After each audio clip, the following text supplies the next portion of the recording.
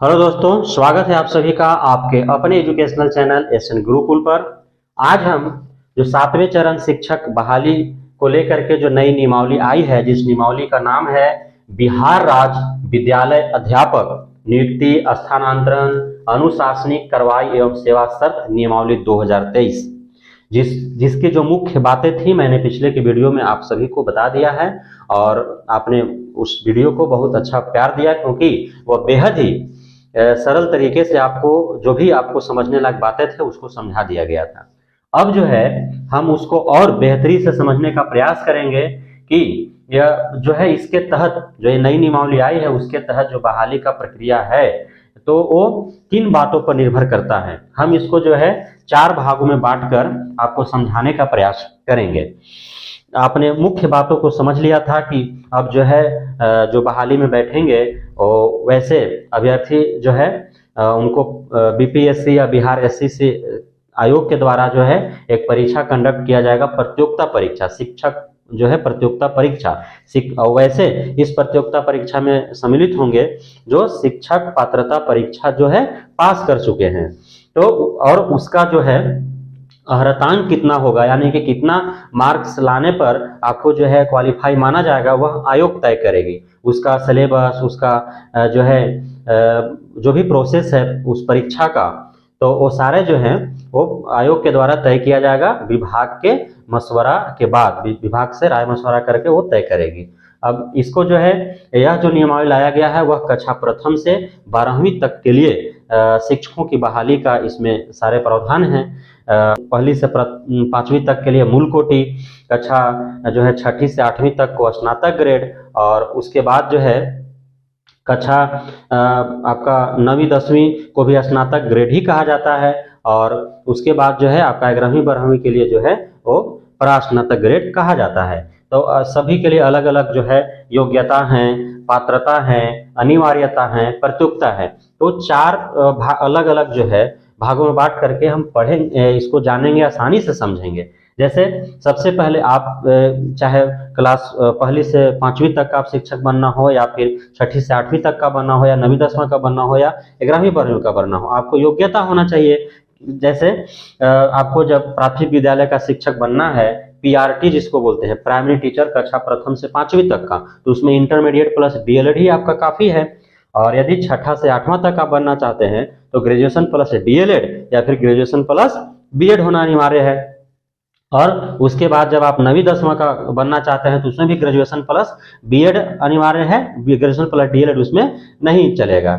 और यदि आप 11वीं 12वीं का शिक्षक बनना चाहते हैं तो आपको जो है पोस्ट ग्रेजुएशन प्लस बीएड चाहिए। ये हो गया योग्यता। उसके बाद आता है पात्रता। तो पात्रता जो है क्लास प्रथम से 8वीं तक के लिए, क्लास प्रथम से 8वीं तक के लिए जो है सीटेट या बीटेट भी होता था, लेकिन अब जो है उसका आयोजन नहीं हो रहा है। लेकिन सीटेट प्रत्येक वर्ष जो है अभी तो एक ही बार हो रहा है, इस बार से 2 बार होने का उम्मीद जताया जा रहा है। तो साल में 1 या 2 बार जो है केंद्रीय शिक्षक पात्रता परीक्षा होता है, तो वह जो है आपको उत्तीर्ण होना है, क्वालिफाई करना है। यदि कक्षा प्रथम से 8वीं तक के लिए सीटेट या बीटेट, और कक्षा 9वीं से 12वीं तक के लिए आपको STET, secondary teacher eligibility test उसका नाम है, तो वो आपको उत्तीर्ण करना है। तो ये हो गया आपका पात्रता।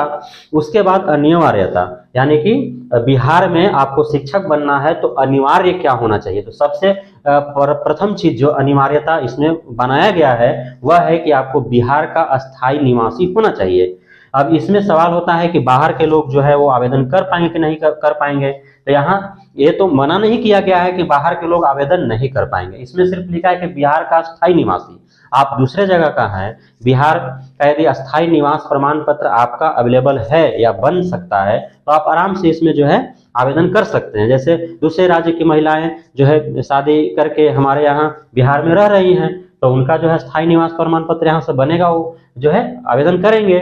और जो हमारे बिहार से जो है विवाह होकर के जो लड़कियां दूसरे जगह दूसरे राज्यों में चली गई हैं, वो भी अपने पिता के यहाँ से अस्थायी प्रमाण पत्र बनवा करके और आवेदन भी करेंगे और आरक्षण का लाभ लेंगे। लेकिन बाहरी लोग जो हैं, दूसरे राज्य का लोग बिहार में जब आवेदन करेंगे अस्थायी प्रमाण पत्र बनवा करके, तो वो आरक्षण का लाभ नहीं ले पाएंगे। उनको जो है जनरल कैटेगरी में अपना आवेदन करना होगा, चाहे वो स्त्री हो या पुरुष हो, क्योंकि जाति प्रमाण पत्र जो है वो आपको अपने मायके से बनाना है या आप अपने जो जहाँ पे आपका जन्म स्थल है, चाहे स्त्री या पुरुष हो, तो वहीं से बनाना है, क्योंकि जाति जो है वो बाय बर्थ माना जाता है। तो आपका जहाँ जन्म हुआ है वहीं का आपका जाति प्रमाण पत्र होना चाहिए। और बाहर के जाति प्रमाण पत्र या ओबीसी या ईडब्ल्यूएस से जो है आपको बिहार में आरक्षण नहीं मिलेगा।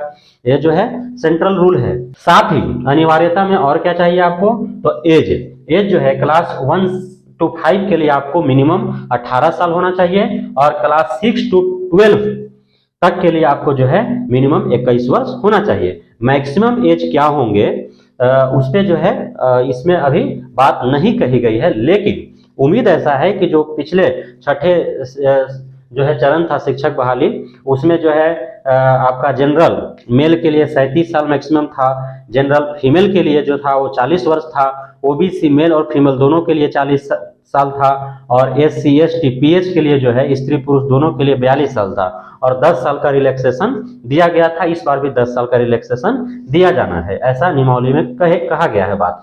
तो एक पहले जो है योग्यता, पात्रता और अनिवार्यता, इसी के आधार पर जो है वह डॉक्यूमेंटेशन होता था, काउंसलिंग होता था और नियुक्ति मिल जाती थी। नियोजित शिक्षक के रूप में वो कार्यरत जो है सरकारी विद्यालयों में हो जाते थे। लेकिन इस बार जो नई नियमावली आई है उसमें एक और चीज जोड़ा गया है, योग्यता, पात्रता, अनिवार्यता के साथ प्रतियोगिता जोड़ा गया है। शिक्षक प्रतियोगिता परीक्षा होगा, है ना। शिक्षक प्रतियोगिता परीक्षा जो है वह कोई आयोग लेगी, जिसका चयन सरकार स्वयं करेगी, और ऐसा 90% उम्मीद जताया जा रहा है कि बीपीएससी के द्वारा ही यह शिक्षक प्रतियोगिता परीक्षा लिया जाएगा। और इसके जो भी प्रतियोगिता परीक्षा का क्या सिलेबस होगा, इसका पैटर्न क्या होगा, इसका अर्हतांक कितना होगा, ये सारा चीज का जो है निर्णय वह आयोग ही करेगी, जो प्रतियोगिता परीक्षा जो है आयोजित करेगी। लेकिन इस पर जो है बिहार सरकार का अंतर्गत जो शिक्षा विभाग है उससे जो है राय मशवरा करने के बाद ही पैटर्न और सिलेबस और अर्हतांक ये तय करेगी। तो इस प्रकार अब शिक्षक बनने के लिए जो है आपको पात्रता परीक्षा के बाद जो है प्रतियोगिता परीक्षा से भी गुजरना पड़ेगा, और जो प्रतियोगिता परीक्षा क्वालिफाई करके जो शिक्षक बनेंगे उन्हें राज्यकर्मी का दर्जा दिया जाएगा। राज्यकर्मी का दर्जा देने का मतलब है कि राज्यकर्मियों को जो भी लाभ मिलते हैं, जो सुविधा मिलते हैं, वो सारे जो है एक शिक्षक को दिए जाएंगे। और इस प्रतियोगिता परीक्षा से ही जो है काफी कैंडिडेट्स को समस्या हुई है और होना भी लाजमी है, क्योंकि जो है सरकार रेगुलरिटी बनाकर नहीं रखा था बहाली के लिए। कई वर्षों के बाद, लगभग जो है 5-6 वर्षों के बाद जो है वो बहाली ले रही है। 5 वर्षों तक तो जो है छठा चरण ही चलते रहा, और अब उसमें भी जो है वो आपका सेकेंडरी और सीनियर सेकेंडरी का उसने बहाली ही नहीं लिया। ये स्टेट जो है वो क्वालिफाई करके 5-5 वर्षों से अभ्यर्थी बैठे हुए हैं, और अभी जो है यह नियम लगाया गया है। तो इससे जो है काफी लोगों को परेशानी हो रही है, और परेशानी होना भी लाजमी है, क्योंकि उनका भविष्य का सवाल है। वो सारे जो है उनके माता पिता, बीबी बच्चा सब जो है उम्मीद करके बैठे थे कि अब जो है बहाली आएगी और हमारा पति का, हमारा पिता का, हमारा बहन का, हमारा बीबी का, हमारा बेटा का, बेटी का जो है जॉब हो जाएगा, हमारा भविष्य जो है वो सुधर जाएगा। लेकिन सरकार ने ये जो है बाधा उत्पन्न कर रखा है। तो इसमें जो है हमारा सरकार से गुजारिश होगा, और हम और लोगों से भी कहना चाहेंगे कि आप भी जो है सरकार से गुजारिश कीजिए जहां तक संभव हो सके कि इसमें जो है ऑप्शनल रखा जाए कि जो नियोजित शिक्षक बनकर के कार्य करना चाहते हैं वो उनका यहीं तक जो है योग्यता, पात्रता, अनिवार्यता के बाद जो है वो डॉक्यूमेंटेशन कराएं और बहाली ले लें। जो राज्यकर्मी के रूप में शिक्षक बन करके काम करना चाहते हैं, जो राज्यकर्मी का लाभ लेना चाहते हैं, वे जो है बहाली लें, और इसमें बीपीएससी के थ्रू जो भी परीक्षा होगा उसका क्वालिफाई करें और राज्यकर्मी का दर्जा पाएं। इसलिए कि ऑलरेडी बिहार सरकार के पास जो शिक्षक हैं वो राज्यकर्मी हैं और नियोजित भी हैं, क्योंकि 2005 तक जो शिक्षक बहाली हुआ था वो राज्यकर्मी के रूप में हुआ था। 2005 के बाद जो है बहाली हुआ है वह नियोजित के रूप में हुआ है।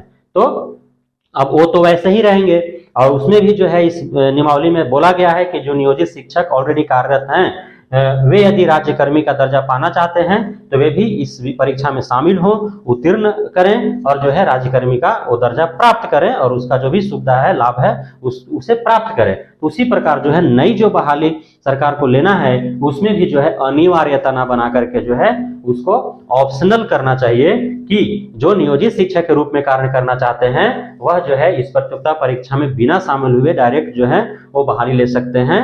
और जो है राज्यकर्मी के रूप में अपना सारे सुख सुविधा और लाभ लेना चाहते हैं तो वे जो है बीपीएससी के थ्रू जो प्रतियोगिता परीक्षा होना है उसमें जो है वो शामिल हो, परीक्षा उत्तीर्ण करें और वो शिक्षक बने, राज्यकर्मी का दर्जा पाएं और वे जो है सारे सुख सुविधा और लाभ प्राप्त करें। तो इस प्रकार जो है इस वीडियो के माध्यम से मैं बहुत ही सरलता से आपको जो है नई नियमावली के तहत जो बहाली का प्रक्रिया है उसको समझाने का प्रयास किया और हम उम्मीद करते हैं कि आप सभी हमारे भाई बंधु बहना को बेहद ही सहज और सरल भाषा में संतोषजनक रूप से आपको इन सारी बातों को समझ में आया होगा।